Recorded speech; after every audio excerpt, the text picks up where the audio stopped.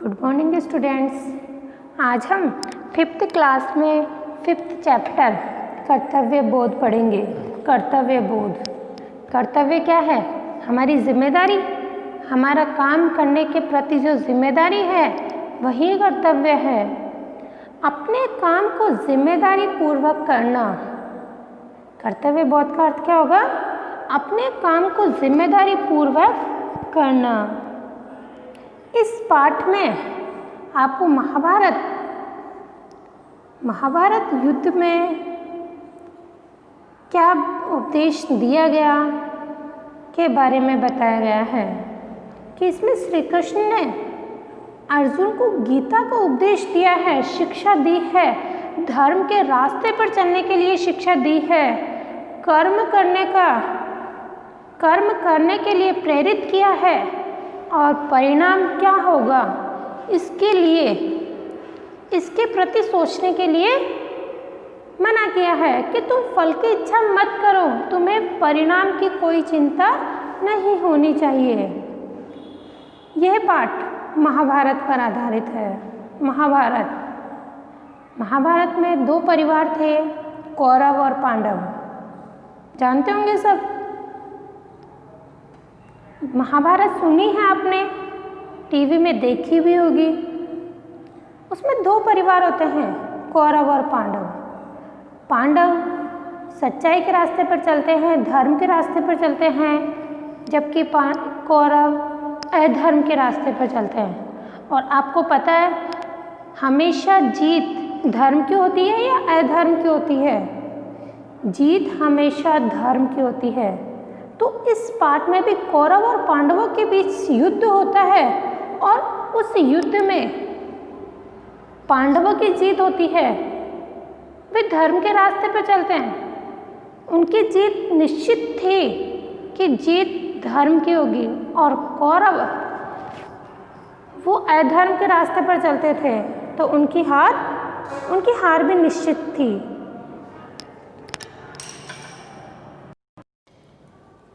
फिर श्री कृष्ण अर्जुन को उस महाभारत युद्ध में ही कर्तव्य पालन के लिए प्रेरित करते हैं, कर्म की प्रधानता बताते हैं कि तुम्हारा कर्म क्या है, तुम्हें कैसे कर्म करना है, तुम्हें अपने कर्मों का ही फल मिलेगा। ठीक है, अब देखते हैं उद्देश्य। इस पाठ का मुख्य उद्देश्य क्या है? नाट्य रूप में इस पाठ को किसके रूप में प्रस्तुत किया गया है? नाटक के रूप में प्रस्तुत किया गया है। नाट्य रूप में प्रस्तुत इस पाठ में कर्म और कर्तव्य, इस पाठ में क्या बताया गया है? कर्म और कर्तव्य के पालन के उपदेश की प्रधानता है। कर्म और कर्तव्य के पालन के उपदेश की प्रधानता है, शिक्षा की प्रधानता है। यह है गीता का सार। इस महाभारत युद्ध में गीता का सार क्या था? कर्म में ही तुम्हारा अधिकार है, कर्म करना ही तुम्हारा अधिकार है, फल की इच्छा मत करो। तुम्हारा कर्म क्या है? काम करना, तुम्हें फल की इच्छा नहीं करना है। श्री कृष्ण द्वारा अर्जुन को दिए गए उपदेश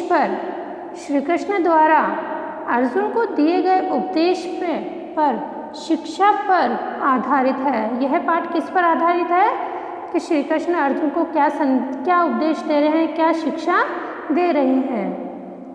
इस पाठ में श्री कृष्ण ने अपने उपदेशों के माध्यम से, अपनी शिक्षा के माध्यम से अर्जुन के अंदर एक सच्चा वीर व क्षत्रिय होने का भाव जगाया। पाठ में श्री कृष्ण ने कहा है कि वीर पुरुष हार जीत की चिंता नहीं करते हैं। श्री कृष्ण ने अर्जुन को बताया है कि सच्चा वीर जो कर्तव्य पालन के लिए तत्पर है, तैयार है, वह हार जीत की चिंता नहीं करते हैं। युद्ध करना ही उनका एकमात्र धर्म होता है। सच्चे वीर का क्या धर्म होता है? युद्ध करना ही उनका एकमात्र धर्म होता है, कि चाहे हार हो या जीत हो। एक सच्चे वीर को हार या जीत की चिंता नहीं करनी चाहिए। हार और जीत के बारे में नहीं सोचना चाहिए, उन्हें परिणाम के बारे में नहीं सोचना चाहिए। अब है आपका पाठ कुरुक्षेत्र के मैदान का दृश्य। जो महाभारत होती है वो कहाँ होती है? कुरुक्षेत्र के मैदान पर। कौरवों और पांडवों की सेनाएं युद्ध के लिए तत्पर है। कौरवों और पांडवों की सेनाएं क्या है? युद्ध के लिए तत्पर है, तैयार है, तल्लीन है। तत्पर का अर्थ क्या होगा? तल्लीन या तैयार। कौरवों की सेना में, कौरवों की सेना जो अधर्म के रास्ते पर चल रही थी, उस सेना में कौन कौन थे? भीष्म पितामह हैं, गुरु द्रोणाचार्य, महारथी कर्ण, अश्वत्थामा और जयद्रथ आदि वीर हैं। कौरवों की सेना में कौन कौन है? भीष्म पितामह है, द्रोणाचार्य, कर्ण, अश्वत्थामा, जयद्रथ आदि वीर हैं। और पांडवों की सेना में, पांडवों की सेना में कौन कौन थे? अर्जुन, भीम और धृष्टकेतु आदि वीर हैं। आपको पता है पांडव कितने थे? पांडव 5 थे और कौरव कितने थे? 100। तो कहाँ 100 और कहाँ 5? अधर्म पर 100 और धर्म के रास्ते पर चलने वाले 5 लोग। फिर भी जीत किसकी होती है? पांडवों की। 5 लोगों की जीत होती है। अब देखिए, भीष्म पितामह युद्ध की शंख ध्वनि करते हैं। जो कौरव सेना के भीष्म पितामह थे, वे युद्ध की शंख ध्वनि करते हैं, युद्ध का घोष करते हैं। वे युद्ध में शंख ध्वनि बजाकर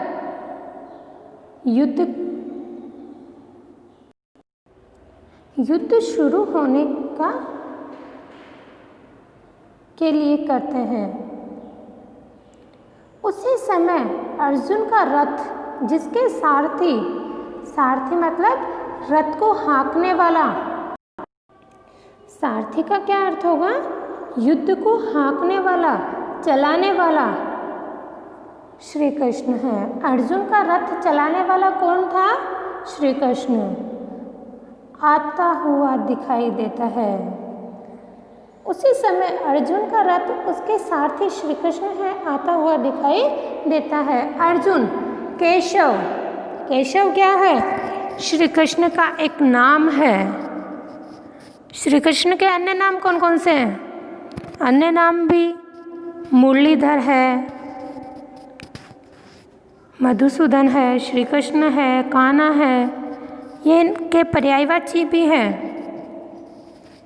मेरे रथ को दोनों सेनाओं के बीच ले चलिए। अर्जुन श्री कृष्ण से कहता है कि हे केशव, मेरे रथ को दोनों सेनाओं के बीच में ले चलिए, कौरव और पांडवों की सेना के बीच ले चलिए। मैं देखना चाहता हूँ कि किस से युद्ध करना है, किस से लड़ाई करनी है। अर्जुन कहते हैं कि हे केशव, मेरे रथ को दोनों सेनाओं के बीच में ले चलिए। मैं देखना चाहता हूँ कि मुझे किस से युद्ध करना है, मुझे किस से लड़ाई करनी है। श्री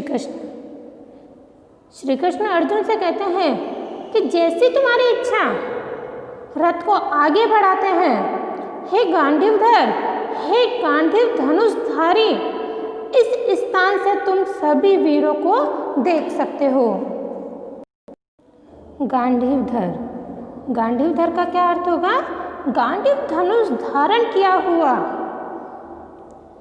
गांधीव धनुष ये महाभारत का एक प्रमुख धनुष है जो केवल अर्जुन के पास है।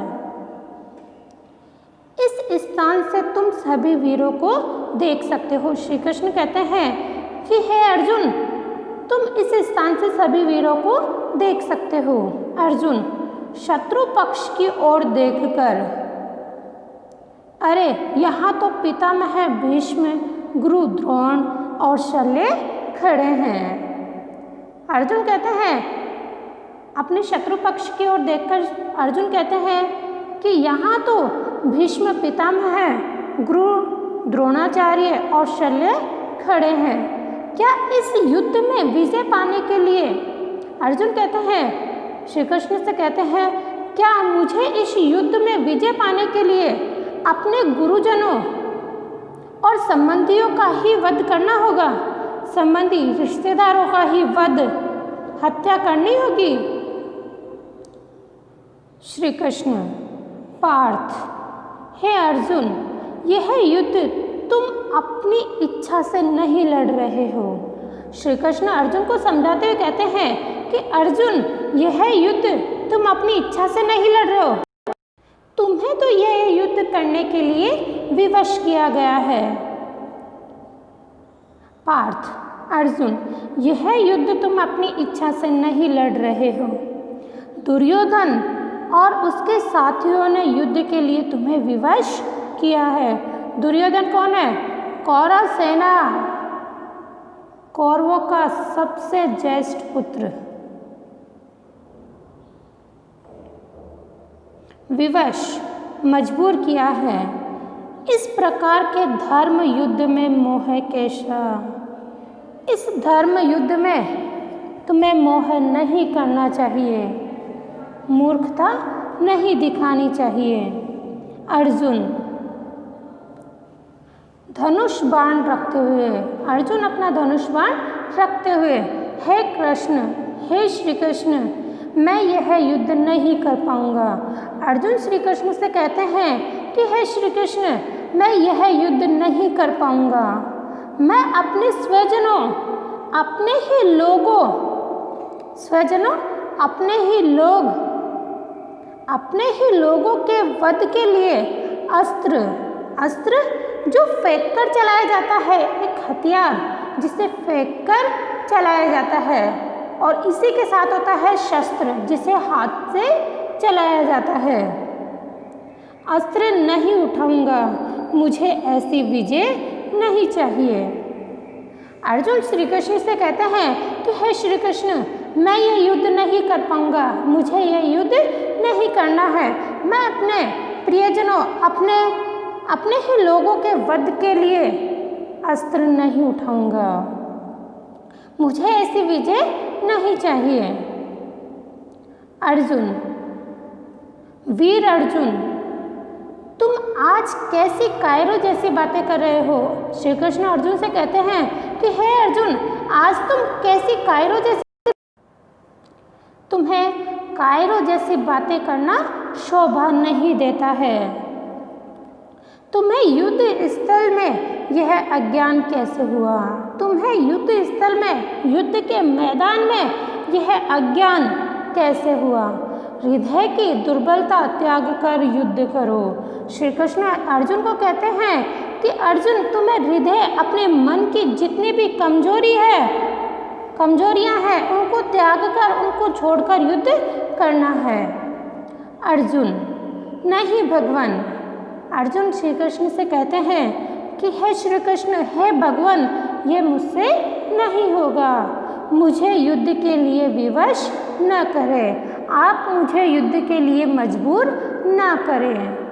अपने ही संबंधियों पर, अर्जुन कहते हैं कि हे श्री कृष्ण, मैं अपने ही संबंधियों पर मैं किस प्रकार गांधीव उठा सकूंगा? मैं अपने ही संबंधियों पर, अपने ही रिश्तेदारों पर कैसे गांधीव धनुष उठा सकूंगा?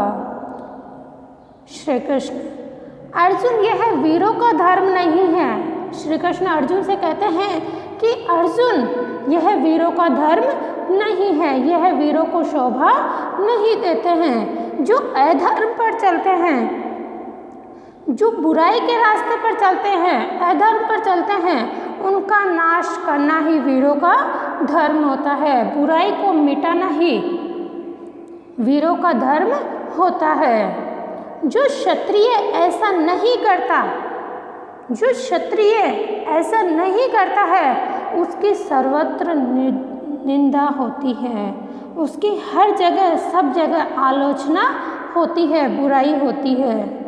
आने वाली पीढ़ी क्या कहेगी? जो आने वाली पीढ़ी है वो क्या कहेगी कि अर्जुन कायर था, अर्जुन डरपोक था, या उसने पाप को बढ़ावा दिया? आने वाली पीढ़ी क्या कहेगी कि अर्जुन कायर था और उसने पाप को बढ़ावा दिया है। ठीक है बच्चों, आज हम यहीं तक पाठ करेंगे, आगे का पाठ हम कल करेंगे। आज आपको इसके शब्दार्थ अपनी कॉपी में लिखने हैं और याद करने हैं।